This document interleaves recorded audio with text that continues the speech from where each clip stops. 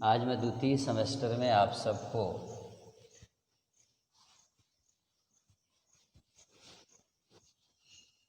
द्वितीय सेमेस्टर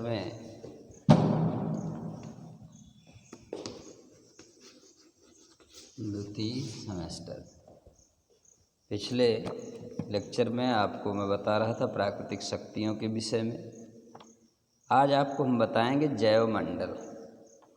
ये जैवमंडल क्या होते हैं? पृथ्वी के प्रमुख परिमंडल। ये परिमंडल क्या होता है? जैसे स्थल मंडल पहला इसका है, स्थल मंडल। दूसरा वायुमंडल और तीसरा जलमंडल।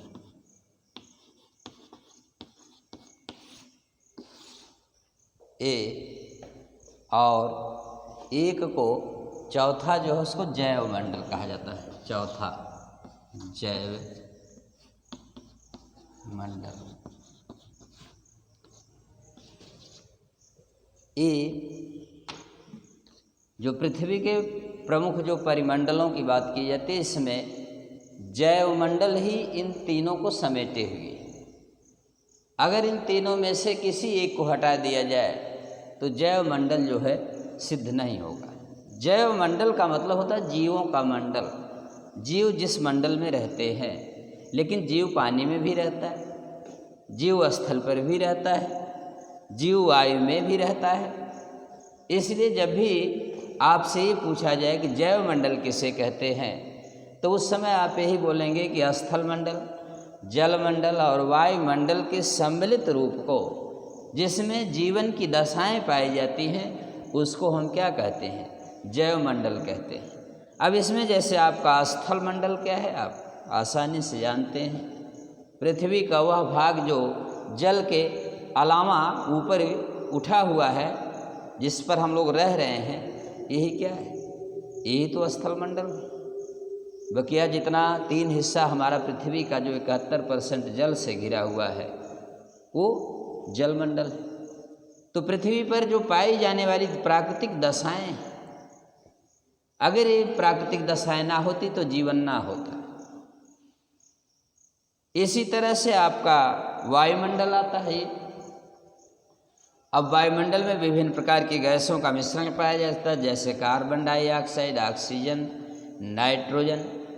एक कम से कम प्रमुख रूप से गैसें हैं जो हमारे जीवमंडल के लिए बहुत ही क्या है? जरूरी।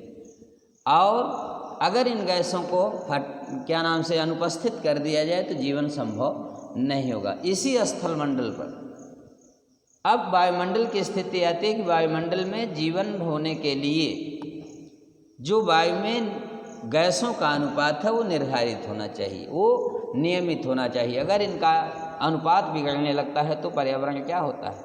हमारा प्रदूषित होने लगता है। इसलिए जैवमंडल बनाने की प्रक्रिया में इस वायुमंडल का भी क्या होता है? रोल होता है। इसी तरह से जैसे हमें सांस लेने के लिए क्या चाहिए? ऑक्सीजन चाहिए। पेड़ पौधों को भोजन बनाने के लिए क्या चाहिए? कार्बन डाइऑक्साइड चाहिए। सूर्य के प्रकाश से प्रकाश संश्लेषण की क्रिया के द्वारा ये भोजन बनाते हैं। इसलिए और जब हम जलमंडल की बात करते हैं तो पृथ्वी पर हमारे 3 रूपों में करीब करीब मुख्य रूप से जो बर्फ जमी हुई है, नदियों में, तालाब में, पोखरों में, झीलों में और भूमिगत जल, यही जल हमारे लिए पीने योग्य है। इसके अलावा पीने योग्य जल नहीं। जिस 71% जल की बात हम करते हैं वह 71% जल क्या है? खारा। और खारा जल जो होता है वो पीने के योग्य नहीं होता। मीन्स जिस जल की सबसे अधिकता पृथ्वी पर है, उसी जल को पीने के लिए आज हाहाकार मचा हुआ है। जल की जो है दिक्कतें होंगी आने वाले समय में। लोगों को जल पीने के लिए से उपलब्ध नहीं हो पाएगा अगर पर्यावरणीय दिक्कतें यही रहेंगी तो। इसलिए ये जलमंडल के वैसे तो ऐसा माना जाता है कि पृथ्वी पर जो जीवों का विकास हुआ सबसे पहले वो कहाँ पर हुआ? जलमंडल में हुआ। और जलमंडल के बाद करीब ऐसा माना जाता है कि जो जीवों का शरीर होता है वह करीब 90% प्रोटोप्लाज्मा से बना होता है। ये जो जीव विज्ञान का शब्द है, प्रोटोप्लाज्मा एक तत्व होता है जिससे बना होता है।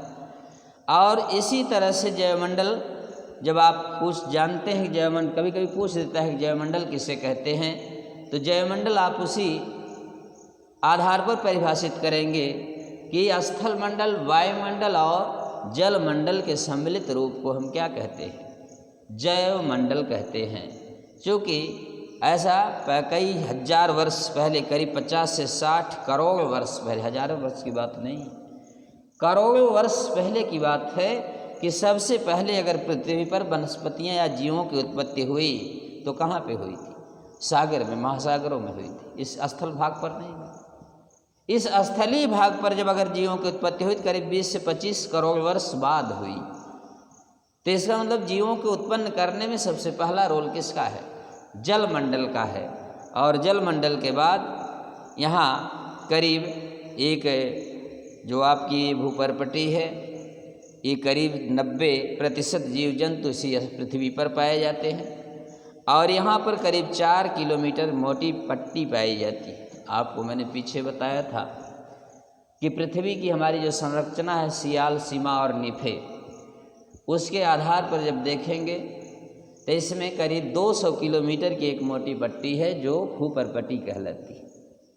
अब ये 4 किलोमीटर की जो पट्टी इसके अंदर, ज़मीन के अंदर जाएंगे तो आपको 4 किलोमीटर तक जीव जंतु मिल जाएंगे देखने को, इसी को बता रहे हैं।